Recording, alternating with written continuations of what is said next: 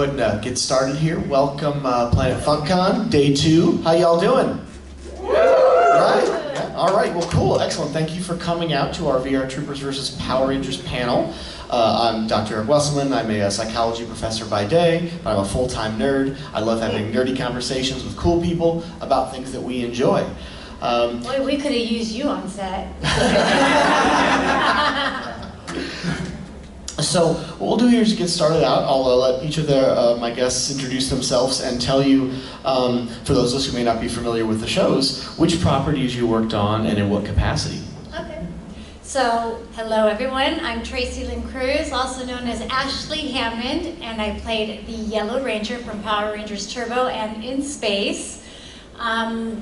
And what was the second thing? That was it? Just introducing? Okay. Yeah, that's me.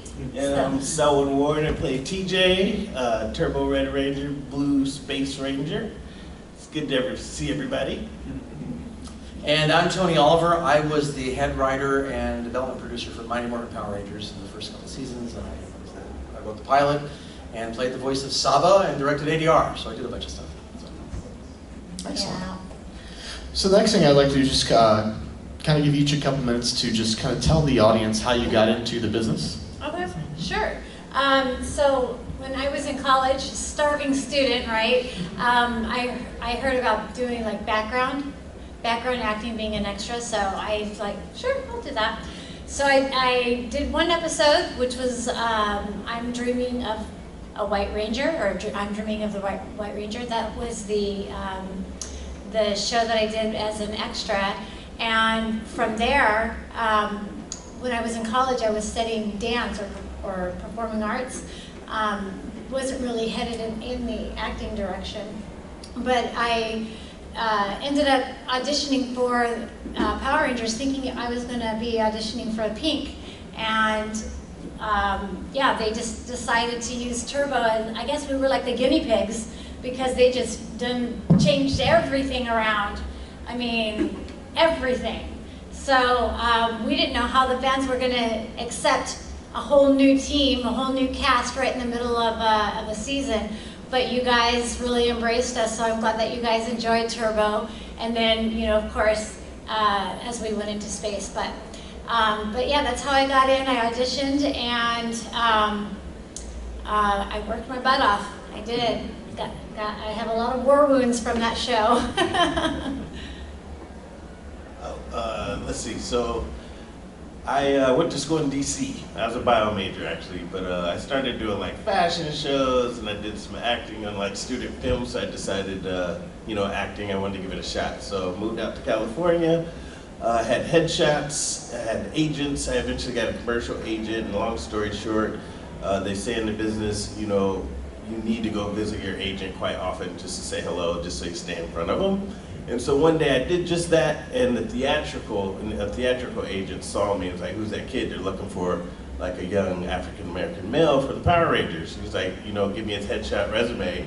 And so he submitted me, and I wasn't a theatrical actor, you know, I was this more commercial guy with music. And he was a pretty boy. Just looking cute. So it was a big step up for me, but you know, I had 3 auditions with the Power Rangers. I met, after the 3rd audition, I met with Haim Saban in a private meeting, and that was it. You know, next thing you know, I hear I'm going to be the next Red Ranger, so it's quite amazing, and had some big shoes to fill, but I think we did a pretty good job. Yeah, I think so too. I think you did too. I got involved. I was an associate producer at Saban at the time. I'd kind of quit acting at that point, and was just doing that and working as a writer. And it was my turn. We had a development team that would go up and we would advise, and it was my turn. And Chaim showed me this show with people jumping around in spandex and fighting latex monsters, and said, we need a show. And I thought he was nuts. And then and so that's how I ended up doing it. So I ended up writing the pilot episode and writing and they put me in charge of the writing team, and we ended up doing the show, much to my surprise. The weird thing for me is the very first television script I ever wrote was the pilot to Power Rangers. So And then the second property that I ever wrote a pilot for was Cybertron, which eventually became VR Troopers. Over there, now that they're here, so hello guys. We're honorary Power Rangers, I must say. So I tried to do a little segue. So, welcome. Please tell us who you are, what specifically you did on the properties, and then while you're at it, how you got into the business. Hi there, this is on. Okay, thank you. I am Sarah Joy Brown from VR Troopers. I played Caitlin Starr, who was a photojournalist slash superhero that would trooper transform with Mike Bacon and Brad Hawkins, who unfortunately is not here today, though he was planning to attend. He wasn't able to make it. We did 92 episodes in a year and a half. It is a Saban property. We were next door to the Power Rangers. I got into that job because Amy Jo Johnson, who was the Pink Power Ranger, was my best friend. She was one of my best friends. And I was in high school at the time, and she said to Gwen Sanford and myself, hey, would you guys like to bring your headshots down to the Culver City Studios and meet the producers? But we were both trained actors at that point, myself and Gwen. I was at the High School for the Performing Arts, and at that moment I was at Hamilton Academy of Music studying acting as well. So I'd been training for many, many years, and I gave my headshot, and in November of that year, I got a call to audition for VR Troopers, and I laughed. I thought, I'm not sure if I want to do this kids show, but recently, right before that, the Power Rangers had done a show at Universal, and they had 30,000 people show up and shut down the entire freeway. So I think all of us were like, oh, there might be something here, this spandex and martial arts. So I went ahead and did the audition. It was pretty cheesy in terms of my performance, I think, and yet I was cast, and I started working in February of 1994 on the role. Hi, and I'm JV Reese on the show. My name back then was Michael Bacon. That was my birth name, and then I decided to change it after the show. So Hollander, Michael Hollander now. It's a family name. It's my grandmother's name, and she wanted me to change it, so I did. And I like it better. So the way I got started was VR Troopers was my first real acting gig. I grew up in Massachusetts. I had a karate school out there. I was teaching karate for about 5 years. And then my mom wanted to get me into modeling. And I was like, oh, no, hell no, I didn't want to do it. So I segued into like commercial acting. And one day I got a call from my agent that Toni Braxton wanted me to do a music video with her. And so I was in Miami filming for a music video called You Mean the World to Me with Toni Braxton. And that's when I got the call to do an audition for VR Troopers. So they had to wait for me to do the audition because I was still filming in Miami. And I really wanted to do like a martial arts movie. Like I wanted to be like Jean-Claude Van Damme. I wanted to do like really cool martial art films or even do stunt work. I would have done that, but VR Troopers was like perfect for me. I didn't want to do TV, but it was great. I got to do martial arts, I got to do acting, and it was fun. So yeah, great experience. So I'll pivot more specifically to the materials that you worked on. I know, Tony, developed a lot of the Power Rangers work, and this is based on, as we were talking about earlier, sort of this sort of Super Sentai show from Japan. So for those of us who are only familiar with the Power Rangers and VR Troopers, could you give us just a little bit of background? Oh, yeah. Yeah, I got a chance to interview the brother of the person who created Kamen Rider when I was in Japan, and for a documentary that never got finished. But he told me the story that the Sentai movement leans back to World War II. It was Tokyo had been bombed, and this young kid was scared, and there was a lot of smoke, and he looks up this berm, and there's this person on a motorcycle with a soldier with a drizzle bone cape going and a communications pack on his back so that antenna. And he thought, this is the guy that's going to save Japan. Fast forward now, as a young man, he becomes a manga artist. He brings this character back now as the person to save Japan, and that was Kamen Rider. And Kamen Rider spoke so much to the soul of the country that it became a huge hit and spurned the entire thing, which eventually led to the Talder and Jew Rangers and Go Rangers, and I forgot what we made your show out of. Which one? Thank you. Thank you. So that's where it all came from, and we just kind of tried to, what we tried to do was honor that a little bit, but then Americanize it as much as we could to try to bring Power Rangers to bear, so we could have a little bit of both. And I think we were a little more American than we meant to be, but it worked out. So. And when you went to that sort of, what spurred the idea to start all of this? Hi, I'm Saban. He went to Japan. This is another story I got during the same documentary. He went to Japan and was meeting with Toei. Toei is the company that produces the live action versions of what we did, or the original Japanese versions of what we were working with. And he wanted to he saw it on TV, thought it was great, and wanted to license it. And the president of Toei said, "It's too Japanese. It's not going to work." And I hope this is true. This is what he told me. He said, Chaim said, "You know how come I know it's true?" And he started singing the theme to Jetomon in Japanese in front of him. And he thought, well, this guy's just about crazy enough to pull it off. So he licensed it, and that was about 8 years before Power Rangers actually had it. And so he tried. I even did a version of it called Metalhead that we pitched to MTV, and they bought Aeon Flux instead. So thank God. So we did, and it was 8 generations before we finally got one that Fox wanted. At the time of history had to be right. Everything had to just kind of fall into place. Excellent. Well, we are glad that it did. Me too. And I'd like to now pivot to the folks who are in front of the camera. So working on these properties, tell us what were some exciting aspects that really challenged you as actors? Take it. You go first. Yeah. We'll just take it down the line. Okay, challenging aspects. Working with him. I was going to say working with you know, it was a good time. I mean, you're kind of living a dream, in my opinion. But there are some long days. Getting used to kind of going from, delirium back to, being normal when you spend that amount of time. But maybe just the long hours.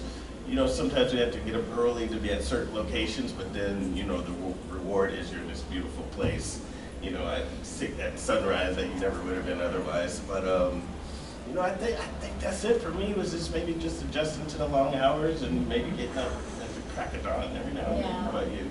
Well, I mean, hair and makeup for you is Very little. very little. I had to be in hair and makeup at least 2.5, maybe 3 hours before, depending on the episode that we were shooting.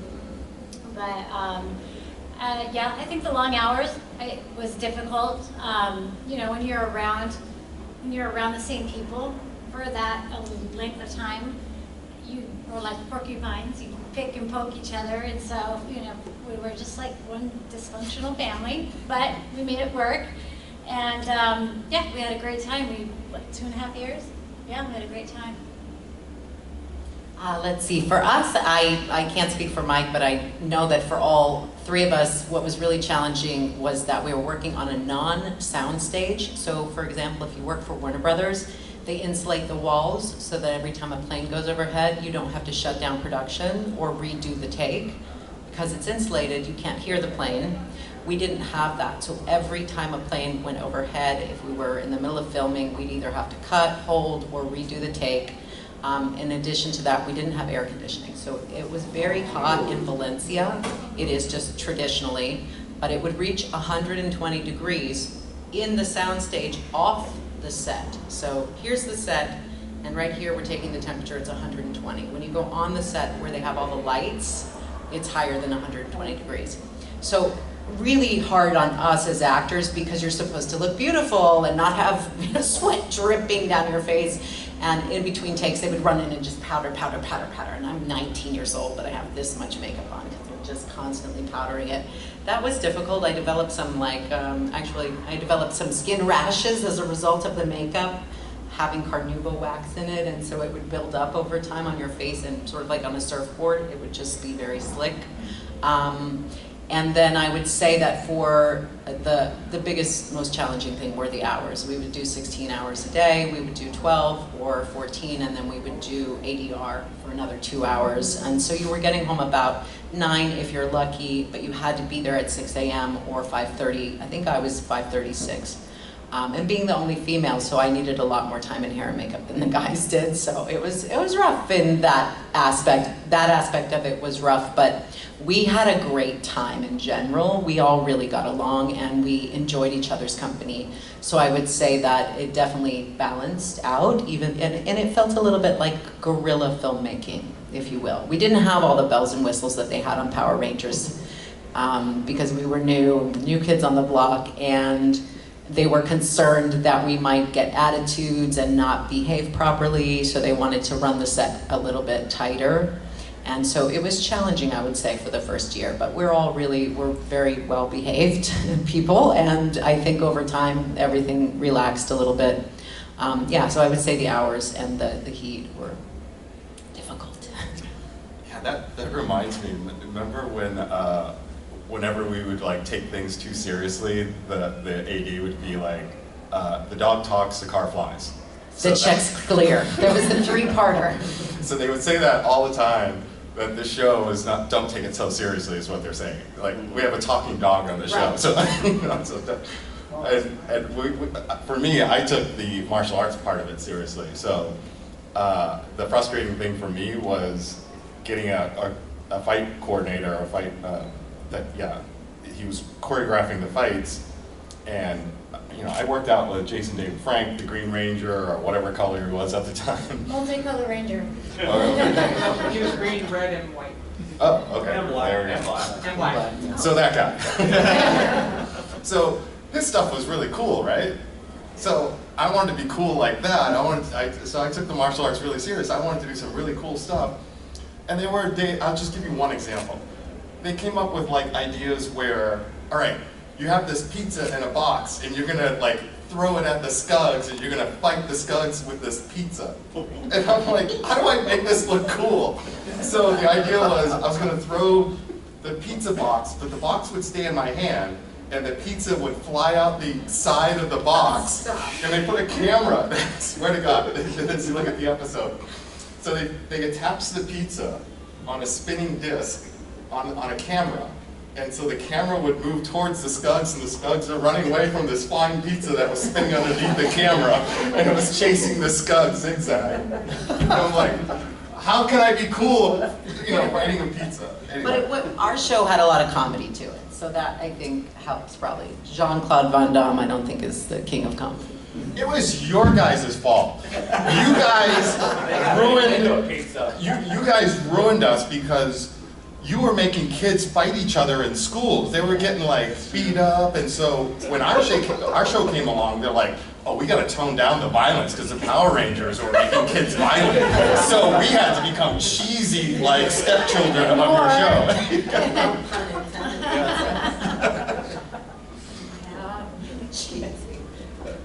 Cheesy with pepperoni. Yes. But no pineapple.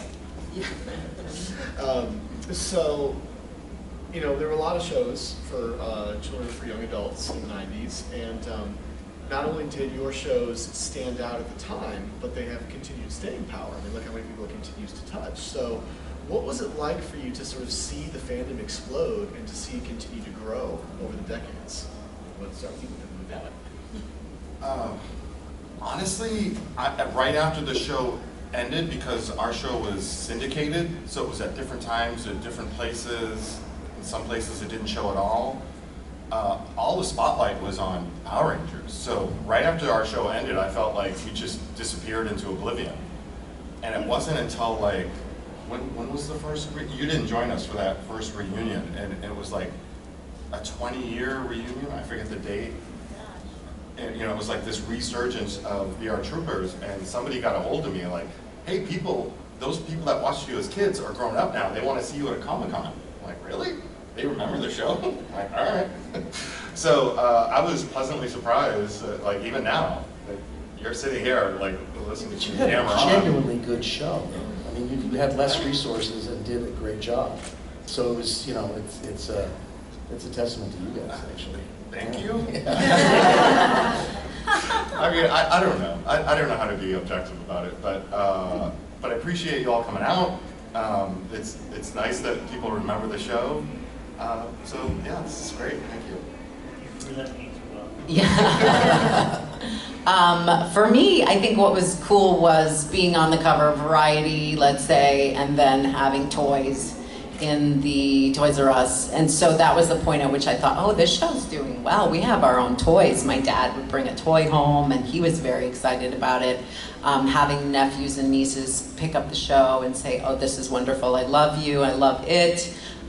Doing Universal, so when we finally had our opportunity to do Universal like the Power Rangers had done, we didn't shut down the traffic, but we had a packed house for 3 days in a row, and it was phenomenal. There were thousands and thousands of people there, and I think that was a point at which we were like, oh, this is very popular, very popular.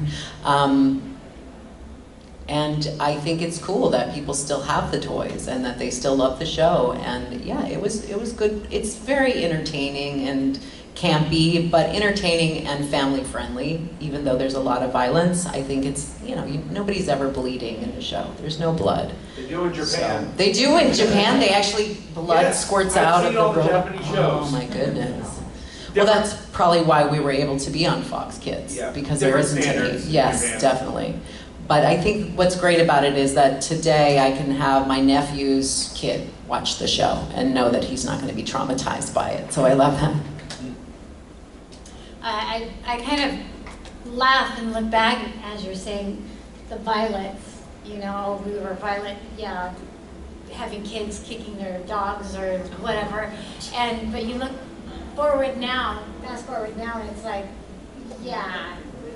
We were not that violent. We weren't that violent. So I think it's one of the things that really stuck out in my mind is when we did the SeaWorld show. Was that Turbo? Turbo, yeah. And we shut that place down, and that's kind of when we really, when I realized, I was like, well, this is kind of a big thing. There was people that were waiting in line for hours, and it was just nice. It was nice to be able to kind of see outside of set what it was like to interact with everybody and see that love. So yeah, there's an adjustment, like you say. I'm gonna piggyback that, going from set to like sitting in front of your fans, especially in the beginning, like the first couple Morphicons. It kind of freaked me out. I didn't really like it, but there's an adjustment. But what I've noticed with the Rangers too is there's also a lag in like your fanfare, So if you go to like a Morphicon and they got the brand new Rangers, it's like cool.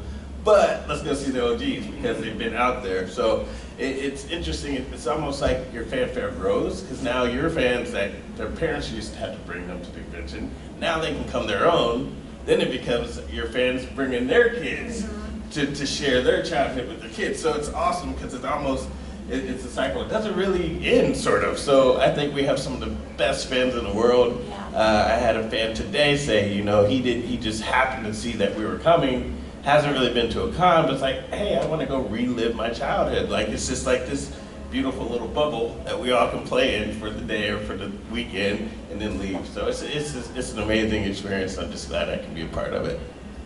Well, imagine I have a slightly different perspective because I didn't wear spandex. No, for me it was the Universal thing that we've been talking about.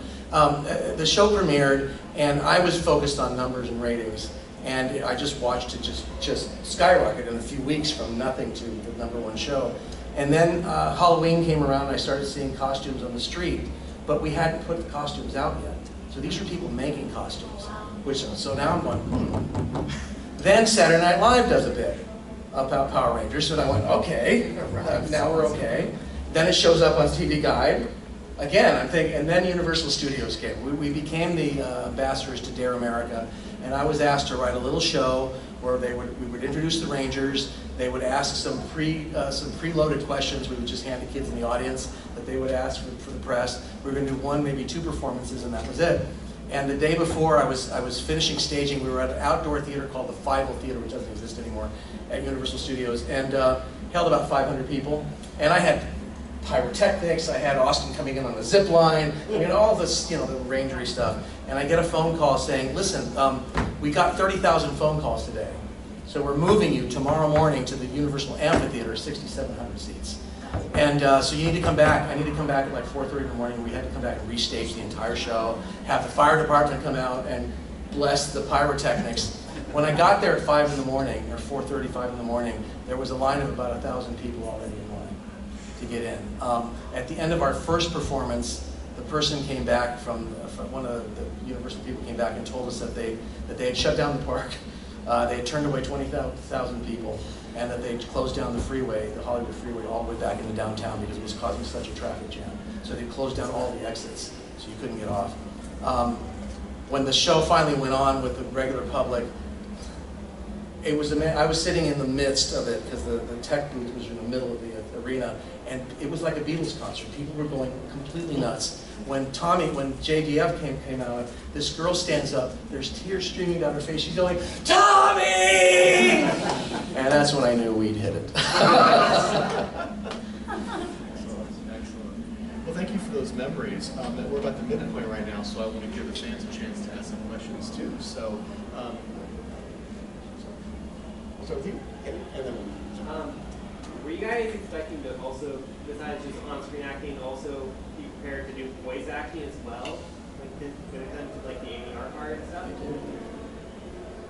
What's the question? I'm sorry, what's the question? Did we do the No, like, were you expecting to become also like voice actors as well when it came to dubbing the footage and stuff? Oh, well, I mean, it kind of comes with the territory because, as Sarah was saying, when there's planes going on, and we didn't have, I mean, we didn't work in your side, it was really dark. I remember your side was really dark. But, yeah, we didn't have it insulated or anything, and so we'd have to go back and anytime we would do any, I don't know, when we would go out somewhere and do our episodes, we'd always have to go in. And the Japanese footage, yeah. So yeah, it just came along with the territory. It came along with it. I didn't know we had to do that. I didn't know either. The I was question shocked. was, were we expected? They didn't tell us until, all right, oh, by the way, come in this Saturday. You have to By the way, exactly. Like, aside, because you didn't see the show before they produced the show. You knew that there was Japanese footage. But I think as a 19-year-old, your brain is not doing the math of, well, somebody's got to do the voiceovers. Somebody has to record all the dialogue. So even though we're only filming 11 minutes of every episode or so, we're doing the Japanese footage voiceovers. I was really bad at it. Brad was amazing at it, and Mike was really good at it. But the entire time we did our series, I was jealous. Like, I definitely was like, oh, these guys are so good at this. And I just felt like an idiot. Hiya! Hiya!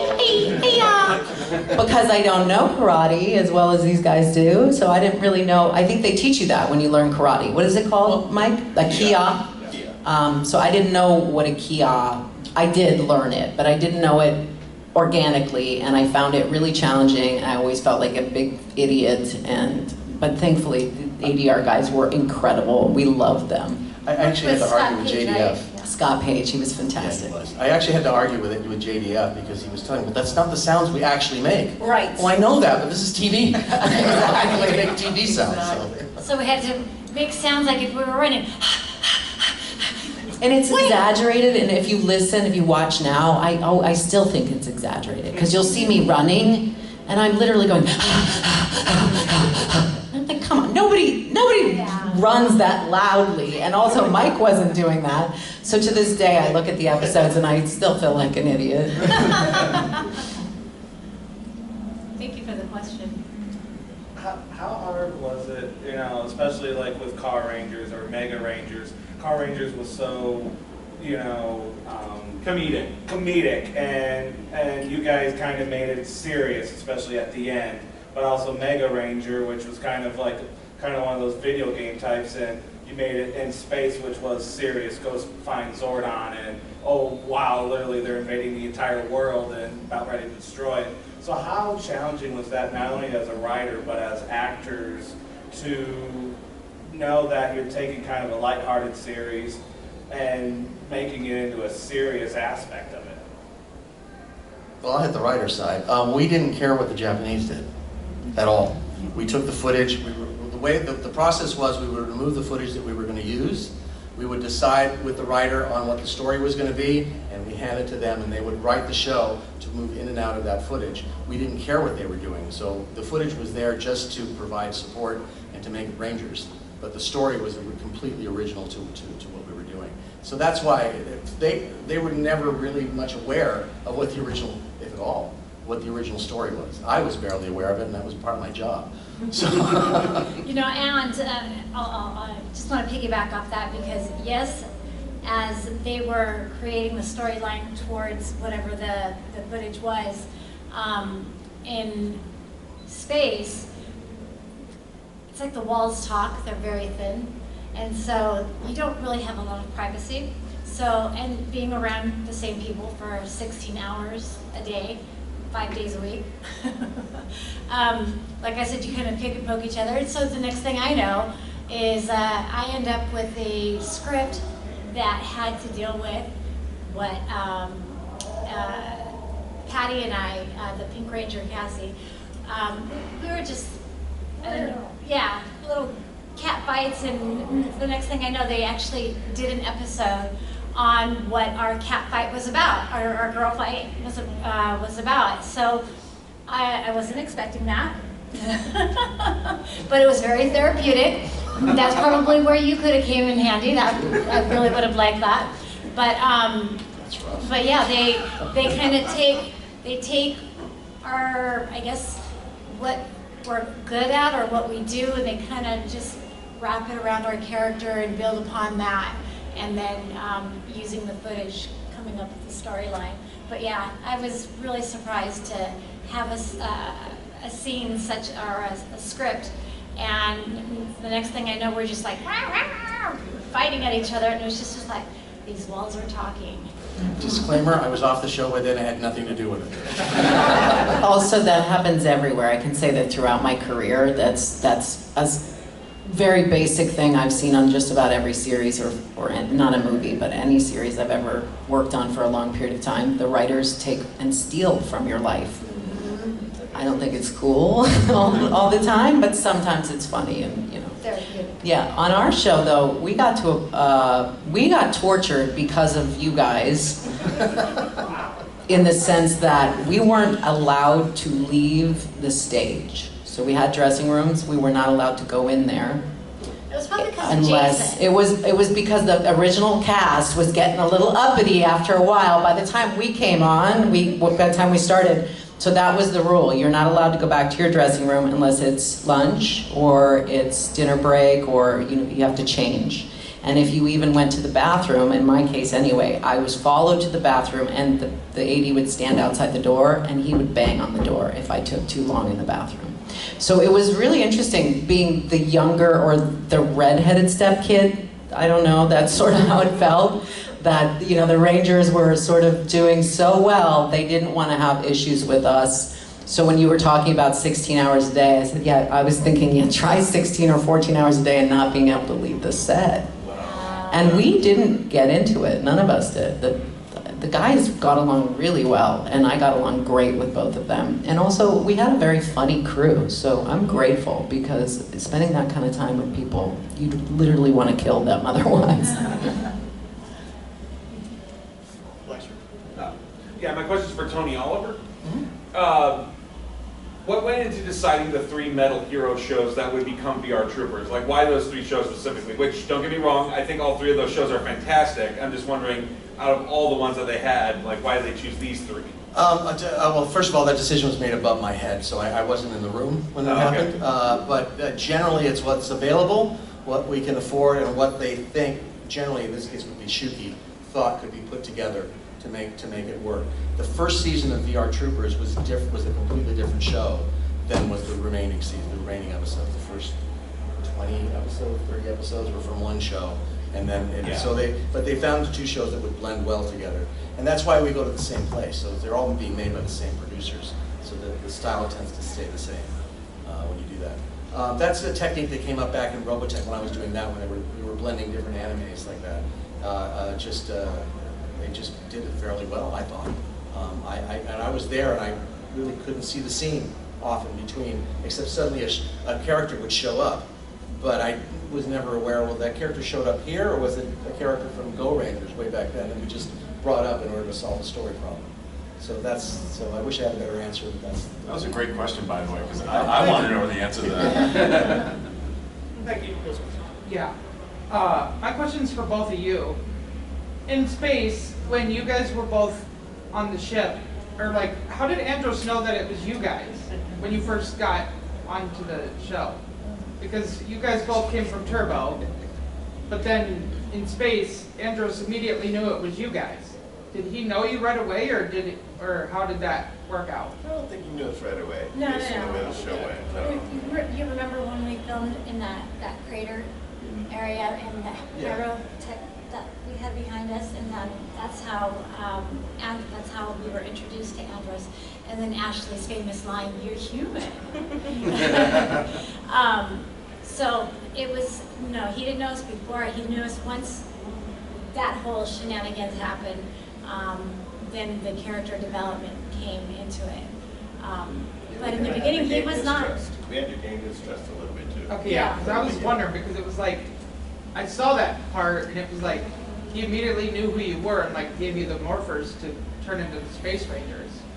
And it was like, I didn't think it was immediate though. I think we had to get on the ship, and we were sneaking around. Yeah, we were. And then I think something happened, and then he was like, "Here you go." Yeah. Yeah. How we figured out what to do, like let's rock it, and I don't know, we just knew. Alright, so my question is for all of you. So for a lot of you, this was your first role in acting. How was your roles in VR Troopers, in Power Rangers, and writing? How did that help you further on in your acting and writing careers? I'll start. It opened up everything for me. It opened up an entire career for me that I would not have had otherwise. So, and especially because I had no experience developing TV shows at that point. And even though I really never developed another one, it just opened up a lot of doors. I direct now mostly for a living. I was able to restart my acting career when I left Saban. And the reason people would see me is because they knew me from Power Rangers, so they would go ahead and audition me just because. So it gave me opportunities I wouldn't have had otherwise. So my entire career would not exist now if it were. I wouldn't be here right now if it wasn't for Power Rangers. Let me think. I think you learn a lot about what it really is to be on set. It's one thing to be in an acting class or maybe on stage, but to be on an actual set where you have to land at certain points and you have certain lights, and you're more in a box a little bit, but you learn a bit more how to kind of, I guess, get a sense of the camera world, which is much different, Where there's 50 people that you can't see behind the camera. Yeah, so I think it's just, getting used to that and understanding there's more to it, than just what you see on camera. There's a lot of other elements when you're actually on camera and on set. I was never good at it. I was never good on camera. I envy you guys. I think the opportunity kind of came later, doing this, being able to revisit after all these years and doing these cons. Who would have thunk that we would be here and meet those that brought us here after all these years? And then, as Selwyn was saying, and then you've got the next generation. And so I think for me, it kind of came around full circle because I am an advocate for autism. I have an organization called NeuroLex, and I get to meet a lot of neurodivergent, amazing people and hear what their superpowers are and hear what Power Rangers meant to them and how it helped them. And then at the same time speaking to the families that are impacted with autism and being able to utilize my platform by sharing my story and sharing the resources and things like that. So that's really been beneficial for me as a ranger. I was when I was auditioned for VR Troopers, I was playing Antigone at Santa Monica College. So it couldn't be further from what I ended up doing. And I think the point that you made about the difference between being on film and being on stage or being trained and actually working is night and day. So over those 92 episodes, we all had the opportunity to develop our skills at hitting marks, giving a cue to somebody when you're off camera, and it's technical stuff that you learn, but you also learn what you're good at. So just like every job that you guys might do when you first start, let's say you start off doing, sweeping the floor. 9 years later, you're managing the store. So it's similar. Your first job, you learn a little bit of everything. And some of us went on, and I did myself, go into directing and editing. So it gives you that opportunity, especially when you're on the set all day long, to see what everybody else does and to see if there's anything else that you might like to do in the event that acting doesn't work out or you decide you don't really love it. So you can watch what the lighting directors do and the lighting men actually do, and women. And also for me, because it was on Fox, I immediately went on to General Hospital as a result of them wanting to bring children into watching daytime television. So they think, hey, we've got all their moms, but we really want the next generation. How do we achieve that? Let's bring on a superhero because the kids love her. And that is what in fact happened. So I love hearing stories of people saying, my mom watched a soap with my grandma and they tried to force me to watch, but it wasn't until I saw Caitlin Starr that I was interested. I didn't get any work after the VR Troopers, so mainly it had to do with there was a shifting trend among blacks in the 90s. So if I were doing acting in the 80s, I would have cleaned up. But in the 90s, there was like a shift, there was like a new look they were looking for. And so I was told so often that we don't know what ethnicity you are. I was too ambiguous. And so I didn't fit the stereotype that they were looking for. But I did get a lot of auditions for soap operas, and I came really close to getting a, because they were a little bit more diverse on those shows. Yes. I came really close to getting General Hospital. That would have been so cool. It was down to me and one other guy. This other guy, also a light-skinned black guy, he had green eyes, and he was just cool looking. He got the part. And you should have called me, but you didn't. No, because I would have, I don't think you were on at the time. I started in '96, so as soon as we finished VR Troopers, I went on to General Hospital, and I would have made sure that you were, because how cool would it have been if JB and Caitlin had a totally different storyline, right? Like, I love that idea. Actually, now that I think about it, it might have been a lot of tension between our characters. You see, if you watch the series, I literally am always holding on to Mike. I always have my hands over him. I'm like, Mike, JB. I don't know. It would have been a cute soap opera. So, the chemistry that you guys Yeah, have. it was definitely there. Brad and me, I think that was more brother-sister, and I see it. It wasn't in real life, it wasn't, because my boyfriend was on the show as the assistant stunt coordinator the entire time, and we were madly in love. But it looks that way when you see the show. Yeah, we were all very buddy-buddy on the show. It was great. But to your question, the way the show helped me is I ended up going back to college and studied animation.